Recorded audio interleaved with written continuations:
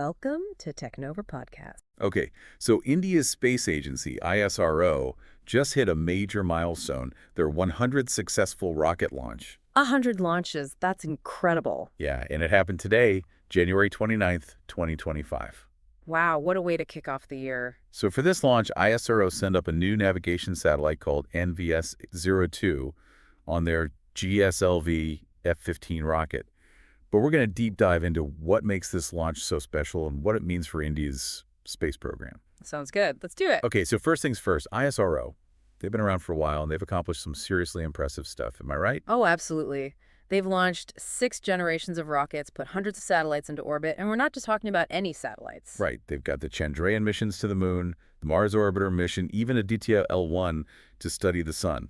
And let's not forget, they've launched a total of 120 tons of payloads into space. 120 tons. That's Yeah. like launching a whole herd of elephants. And that includes satellites from other countries, too, so they're really making a name for themselves on the global stage. Totally. And the crazy thing is they're showing no signs of slowing down. In fact, they're aiming to hit their 200th launch even faster than the first 100. Which tells you a lot about India's space ambitions. Right. They're really accelerating their program and looking to become a major player in the space race. Okay, so let's zoom in on this 100th launch and talk Yeah. about the star of the show, the NVS-02 satellite.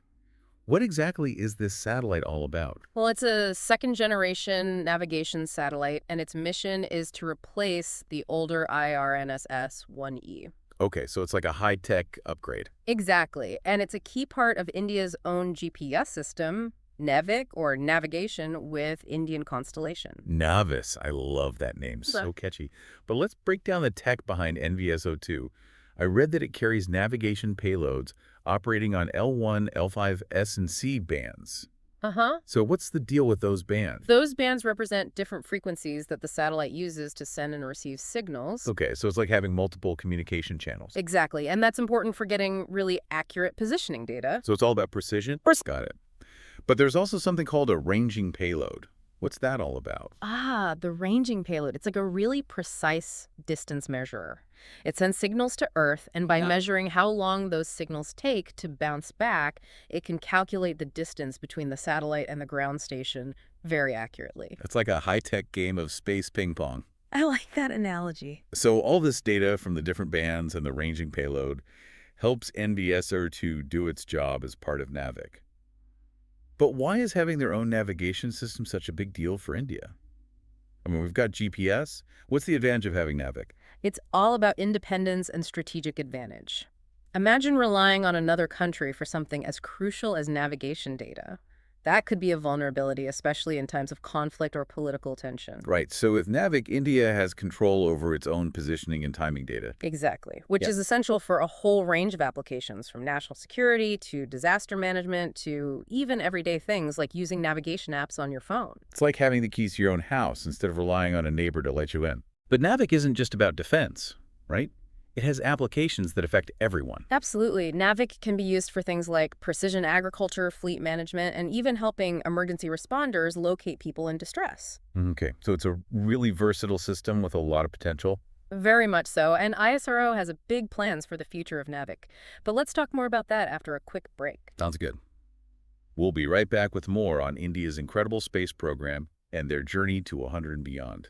So before the break, we were talking about the applications of NavIC and how it can benefit everyone. Right, like you mentioned precision agriculture. What exactly does that mean? Well, it means farmers can use NavIC data to make really informed decisions about their crops. Like they can optimize irrigation and fertilization to save water and resources and boost their yields. So it's like giving farmers a high-tech toolkit. Exactly. They can literally see their fields from a whole new perspective. I bet that's a game changer for farmers, especially in a country like India where agriculture is so important. And then you've got fleet management. Imagine a trucking company using NavIC to track their vehicles in real time. They can optimize routes, monitor fuel consumption, even improve delivery times. So it's all about efficiency and making things run smoother. And saving money, too. Right, which is always a good thing. But what about applications that directly impact people's lives? Like, how can NavIC help in emergencies? Oh, that's a great example. Imagine someone's lost or injured in a remote area. With NavIC-enabled devices, rescue teams can pinpoint their location and get to them quickly. Wow, that could literally be the difference between life and death. It's like having a guardian angel watching over you from space. Okay, so NavIC is pretty amazing, but you mentioned earlier that it's also being used for scientific research. Can you tell us more about that? Sure, NavIC data is being used in a lot of different fields, like geodetic surveying, which is basically the science of measuring and understanding the Earth's shape and size. Geodetic surveying sounds pretty complex. Why is it important? Well, understanding the Earth's shape is crucial for a lot of things, like creating accurate maps and navigation systems. Oh, right. That makes sense. And it's also important for monitoring changes in the Earth's crust, which can help us understand things like earthquakes. So it's not just about maps, it's about understanding our planet. Exactly. And NavIC's precise timing and positioning data is really valuable for this kind of research. Okay, but NavIC's reach goes even further, right? Mhm. What about the Internet of Things? How does NavIC fit into that? The Internet of Things. That's where things get really interesting. As more and more devices become connected, location data becomes even more crucial. So like smart refrigerators tracking your grocery list. Exactly. Or think about self-driving cars. They'll need super accurate location data to navigate safely. And NavIC can provide that data. Precisely. It can track devices, manage data flow, and even enable new types of location-based services. It's like a whole new world of possibilities. It really is, and ISRO is at the forefront of making those possibilities a reality. All right, so we've talked a lot about NavIC, but I want to zoom out for a second and look at ISRO's bigger picture. Okay. What are some other achievements that have made them such a major player in the space game? Well, where do we even begin? They've got the Chandrayaan program, which has been a huge success. Chandrayaan-1 launched back in 2008, was India's first mission to the moon, and it made a groundbreaking discovery of water molecules on the lunar surface. That was a huge moment for India. It really put them on the world map as a serious spacefaring nation. And then there was Chandrayaan-2, which aimed to land a rover on the moon. Right, but the landing didn't go quite as planned. Unfortunately not, the lander had a hard landing, but the orbiter is still sending back valuable data, and ISRO is already planning Chandrayaan-3, another attempt at a soft landing. Talk about determination. And not giving up, and they're learning from their setbacks, which is really important in any scientific endeavor. Absolutely. And let's not forget about the Mars Orbiter mission, or Mangalyaan as it's also known. Yes. That mission made India the first Asian nation to successfully reach Mars, which is a huge accomplishment. And they did it on a shoestring budget too, right? Exactly. They're known for being incredibly cost-effective and resourceful. They managed to achieve amazing things with a fraction of the budget of other space agencies. So they're like the masters of space exploration on a budget. You could say that, and that's something that really sets them apart. They're not afraid to think outside the box and come up with innovative solutions. Okay, so they're efficient, innovative, and not afraid of a challenge. But what does all this mean for the future of India's space program? Where do they go from here? Well, based on their track record, I think we can expect them to continue pushing the boundaries in all sorts of areas, like Earth observation, planetary exploration, maybe even human spaceflight. Human spaceflight now, that would be something special. It would be a historic moment for India and for the world. But what about deeper space exploration? Could we see ISRO sending probes to the outer planets or even beyond our solar system? It's certainly possible. They've already expressed interest in missions to Venus and other destinations. And who knows, maybe one day they'll even join the race to explore the potentially habitable moons of Jupiter and Saturn. The possibilities are endless. They really are. It's an exciting time to be following India's space program. It definitely is. Yeah. And with their goal of doubling their launch rate, it's clear they have big ambitions for the future. No doubt about it. But this raises an interesting question. What new frontiers might they explore in the years to come?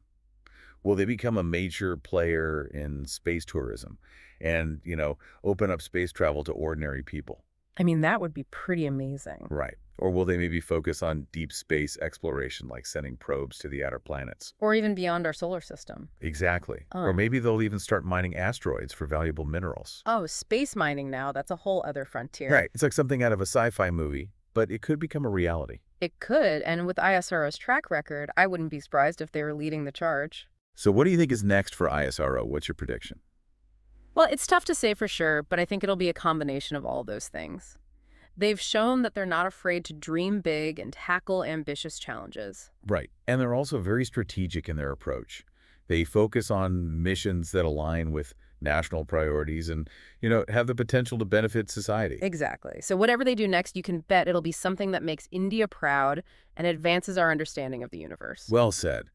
This has been such a fascinating look at ISRO's 100th launch and the amazing capabilities of the NVSO-2 satellite and NavIC. It really highlights how far they've come and how much potential they have to shape the future of space exploration. We've seen how space exploration is not just about rockets and satellites, but about pushing the boundaries of human knowledge, inspiring innovation, and fostering global collaboration. And ultimately, it's about that sense of wonder and awe that we all feel when we look up at the night sky and contemplate our place in the cosmos. Beautifully put. So as we wrap up this deep dive, I want to leave our listeners with a final thought. ISRO's journey reminds us that even the sky is not the limit when it comes to human ambition and ingenuity. What new frontiers will we conquer next? What wonders await us in the vast expanse of space? The future is full of possibilities, and it's up to us to explore them. So keep looking up at the stars and never stop wondering.